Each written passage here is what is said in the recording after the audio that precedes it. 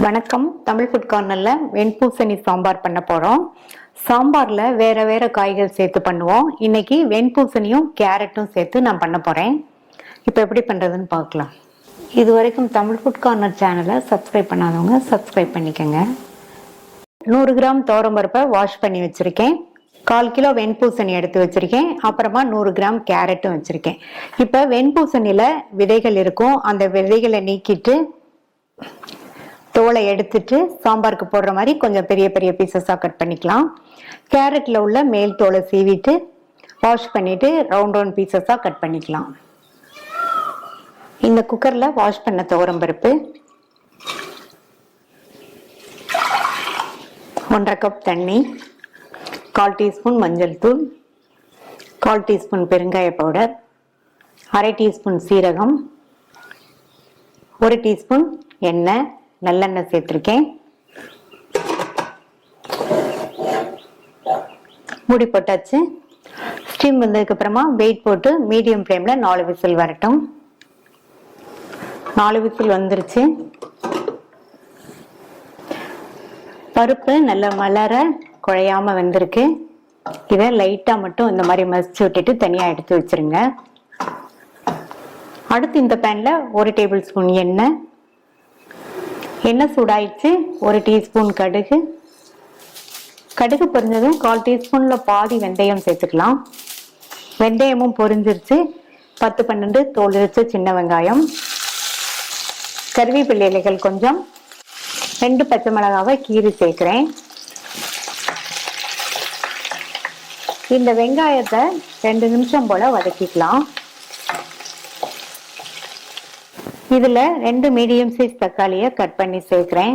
தக்காளி வதங்குறதுக்காக கொஞ்சமா உப்பு சேர்க்கிறேன். இதை லைட்டா ஒரு வதக்கிட்டு இது கூட 1/4 டீஸ்பூன் பெருங்காய பவுடர். நம்ம பருப்பு வேக வைக்கும் போது பெருங்காய பவுடர் சேர்த்தாலும் இப்ப பெருங்காய பவுடர் சேர்த்தோம்னா சாம்பார் நல்லா வாசனையா இருக்கும். சேர்த்த தக்காளி எல்லாம் ஓரளவு வதங்கி இருக்கு. நல்லா மசியணுங்கிற அவசியம் கிடையாது. இந்த மாதிரி வதங்கினா மட்டும் போதும். இதுல 2.5 டீஸ்பூன் தனி மிளகாத்தூள் உங்களுடைய காரத்துக்கு தகுந்தபடி சேர்த்துக்கங்க. 2 டீஸ்பூன் கொத்தமல்லி தூள் சேர்க்கிறேன். இதுல கொஞ்சமா மட்டும் 1 டேபிள் ஸ்பூன் போல தண்ணி சேர்த்துட்டு 2 நிமிஷத்துக்கு நம்ம சேர்த்து அந்த மசாலா தூளோட பச்சை வாசனை போக வதங்கட்டும். நான் மிளகாத்தூளும் மல்லித்தூளும் சேர்த்திருக்கேன். நீங்க இதுக்கு பதில் உங்கள்கிட்ட சாம்பார் தூள் இருந்தா உங்களுடைய காரத்துக்கு தகுந்தபடி சேர்த்துக்கங்க. இதுல கட் பண்ண பூசணிக்காயை சேர்த்துக்கலாம். நான் பூசணிக்காயை கட் பண்ணிட்டு வாஷ் பண்ணி வச்சிருக்கேன். இது கூட கட் பண்ண கேரட் நல்லா ஒரு வதக்கி விட்டுருங்க.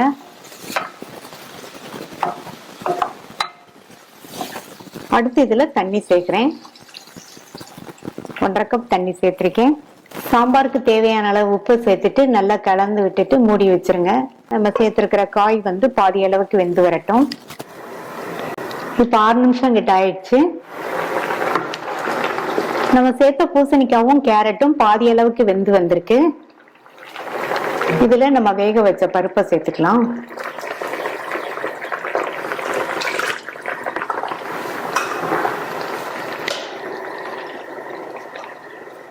பருப்பு சேர்த்து நல்லா கலந்து விட்டுட்டு மறுபடியும் மூடி வச்சிருங்க.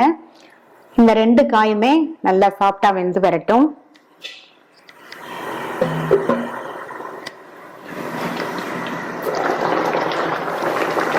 நம்ம சேர்த்த பருப்போட சேர்ந்து காய் நல்லா ஃபுல்லாவே வெந்துருச்சு. அடுத்து இதுல ஒரு சின்ன நெல்லிக்காய் அளவு புளிய 1/2 கப் தண்ணியில கரைச்சு வடிகட்டி எடுத்து வச்சிருக்கேன். அதை சேர்த்துக்கலாம். புளிக்கரைசல் சேர்த்ததுக்கு அப்புறமா நீங்க தண்ணி தேவைப்பட்டா சேர்த்துக்கங்க. சாம்பார் திக்கா இருக்கணும்னா இந்த அளவு போதும். சாம்பார் இன்னும் கொஞ்சம் தண்ணியா வேணும்னு நினைச்சீங்கன்னா இன்னும் கொஞ்சம் தண்ணி சேர்த்துக்கங்க. எனக்கு இந்த அளவு திக்னஸ் இருந்தா பிடிக்கும், அதனால இந்த திக்னஸே வச்சுக்கிறேன். மூடி வச்சிருங்க. புளிக்கரைசலோட பச்சை வாசனை போக ஒரு 2 to 3 நிமிஷம் கொதிக்கட்டும். அடுத்து இதுல பொடியா கட் பண்ண கொத்தமல்லி இலைகள் சேர்த்துக்கலாம். சாம்பாருக்கு கொத்தமல்லி இலைகள் கொஞ்சம் அதிகமாவே சேர்த்துக்கங்க. நல்லா கமகமன் வாசனையா இருக்கும். மூடி வச்சிருங்க. ஸ்டவ் ஆஃப் பண்ணிட்டு ஒரு 3 நிமிஷம் போல அப்படியே இருக்கட்டும். கொத்தமல்லி இலையோட வாசனை எல்லாம் நல்லா ஜம்முன்னு சாம்பார்ல இறங்கிரும். இப்போ 3 நிமிஷம் ஆச்சு. அவ்வளவுதான், கம கமன் வாசனையோட வெண்பூசணி சாம்பார் ரெடி ஆயிடுச்சு.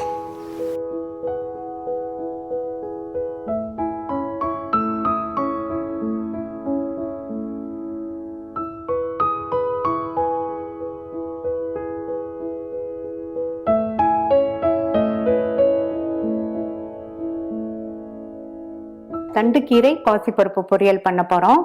இந்த கீரையை பிளைனா பொரியல் பண்றதை விட இந்த மாதிரி பாசிப்பருப்பு சேர்த்து பண்ணும்போது டேஸ்ட் ரொம்ப நல்லா இருக்கும். ஒரு பெரிய கட்டு தண்டுக்கீரை எடுத்து வச்சிருக்கேன். இதனுடைய வேர் பகுதியில் மண் இருக்கும், அதனால வாஷ் பண்ணிட்டு அதுக்கப்புறமா கட் பண்ணிக்கங்க. வாஷ் பண்ணி வச்ச கீரையில இருந்து இந்த அளவு கீரை எடுத்திருக்கேன். இதுல இந்த மாதிரி வேர் பகுதியை கட் பண்ணிக்கலாம்.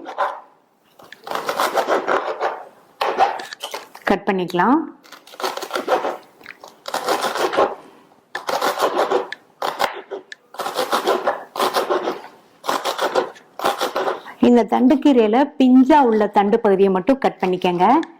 தண்டு பகுதி முத்தலா இருந்தா அதை கட் பண்ணாதீங்க. அது கீரை வதங்கும் போது சேர்ந்து வதங்காது, ஹார்டா இருக்கும்.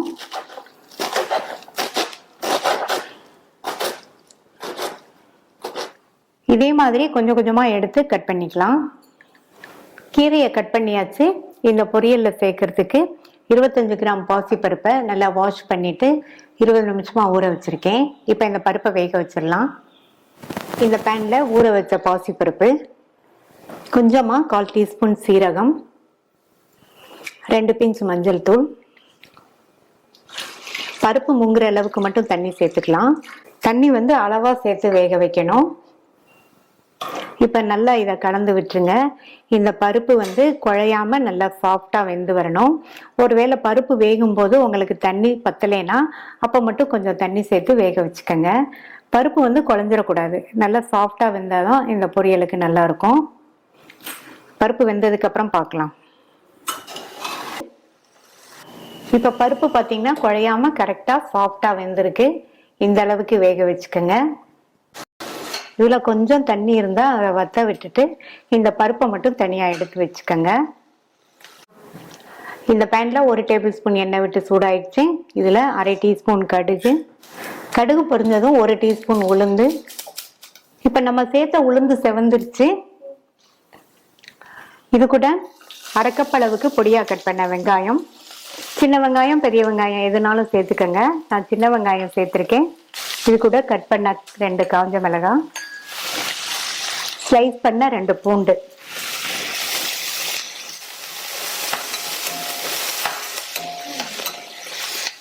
சேர்த்த வெங்காயம் லைட்டா வதங்கிடுச்சு.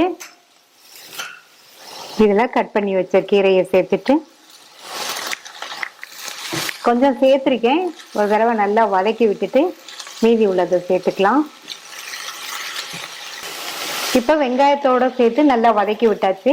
நம்ம சேர்க்கும் போது இருந்ததை விட கீரையோட அளவு நல்லா குறைஞ்சு வந்திருக்கு பாருங்க. இந்த கீரை வெந்து வர்றதுக்கு நம்ம தண்ணி எதுவும் சேர்க்க வேண்டியதில்லை. நீங்க தேவைப்பட்டா 1 ஸ்பூனோ 2 ஸ்பூனோ தண்ணியை மட்டும் தெளிச்சுக்கங்க. அப்பப்போ இந்த மாதிரி கலந்து விடுங்க. கீரை நல்லா வெந்து வரட்டும். வெந்ததுக்கு அப்புறமா உப்பு சேர்த்துக்கலாம். இந்த மிக்ஸி ஜார்ல 2 டேபிள் ஸ்பூன் தேங்காய் துண்டுகள், 1/2 டீஸ்பூன் சீரகம், 1 பச்சை மிளகாய் சேர்க்கிறேன். நீங்க உங்களுடைய காரத்துக்கு தகுந்தபடி சேர்த்துக்கங்க. ஏற்கனவே நம்ம 2 காஞ்ச மிளகாய் சேர்த்திருக்கோம். இப்ப இதை தண்ணி எதுவும் சேர்க்காம கோர்ஸா இருக்கிற மாதிரி அரைச்சுக்கலாம். இப்ப 5 நிமிஷம் ஆச்சு. கீரை நல்லா சாஃப்டா வெந்துருச்சு. கீரையோட தன்மையை பொறுத்து அது வேகிறதுக்கு டைம் கொஞ்சம் முன்ன பின்ன ஆகும். இப்ப இதுல சால்ட் சேர்க்கிறேன். நம்ம சேர்க்க போற பாசிப்பருப்பு, தேங்காய் துருவல் எல்லாத்துக்கும் சேர்த்து இப்பவே சேர்த்துக்கலாம். அடுத்து வேக வச்ச பாசிப்பருப்பு, நம்ம அரைச்ச இந்த தேங்காய் சீரக பச்சை மிளகாய் கலவை எல்லாத்தையும் சேர்த்துட்டு நல்லா கலந்து விட்டுருங்க. இதே மாதிரி ஒரு தடவை நீங்க தண்டிக்கீரை பாசிப்பருப்பு பொரியல் செஞ்சு பாருங்க. டேஸ்ட் ரொம்ப நல்லா இருக்கும். எல்லாருமே விரும்பி சாப்பிடுவாங்க. நல்லா கலந்து விட்டதுக்கு அப்புறமா ஒரு 2 நிமிஷத்துக்கு மட்டும் இருக்கட்டும். இப்ப 2 நிமிஷம் ஆச்சு. ஸ்டவ் ஆஃப் பண்ணிடலாம். சுவையான சத்தான தண்டுக்கீரை பாசிப்பருப்பு பொரியல் ரெடி ஆயிடுச்சு. நீங்களும் ஒரு தடவை ட்ரை பண்ணி பார்த்துட்டு உங்கள் கமெண்ட்ஸை சொல்லுங்கள். தேங்க்யூ.